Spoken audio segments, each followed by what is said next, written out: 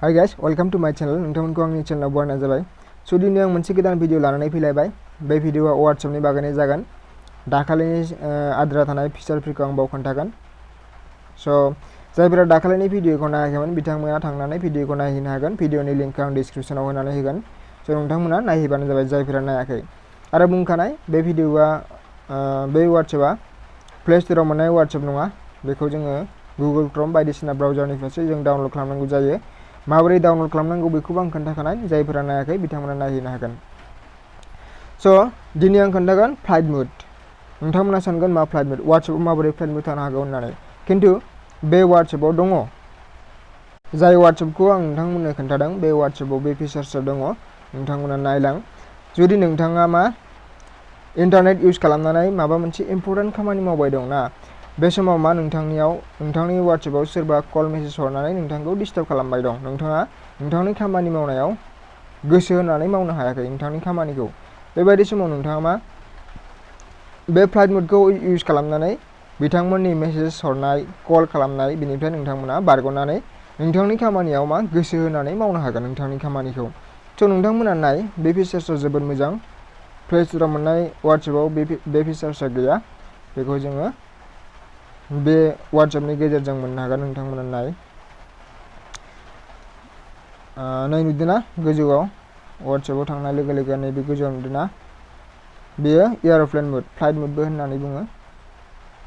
बेखौ अन खालामनाय लोगो लोगो नै बिदि माबा ओंखारगोन ना, बेयावनो खोन्थाखादों। While airplane mode is on, you will not able to send receive messages। माने नोंथाङा जुदि बेखौ अन खालामोब्ला, बे एयारप्लेन मुडखौ अन खालामोब्ला नोंथाङा सोरनोबा मेसेज हरनो हानाय नङा आरो नोंथाङाबो सोरनिबा मेसेजखौ रिसिभ खालामनो हानाय नङा। स' बेखौ बुंखाना होदों। बेखौ अके खालामनाय लोगो लोगो नोंथांनियाव रावनिबो मेसेज आरो कलफोर फैनो हाला WhatsAppआव। आरो नोंथाङाबो सोरनोबा हरनो हाला। माने डेटाखौनो अफ खालामनानै दोननाय बायदि जाबाय। फननि डेटाया अन दङ, खिन्थु WhatsAppआवल' नोंथाङा डेटाखौ अफ खालामनानै दोननाय जाबाय। नोंथांनियाव गुबुन माबाफोराव सोलिजोबगोन गासिबो डेटाया, इउटिउब बायदिसिना ब्राउजार खालामनायाव नोंथांनियाव सोलिजोबगोन इन्टारनेटआ।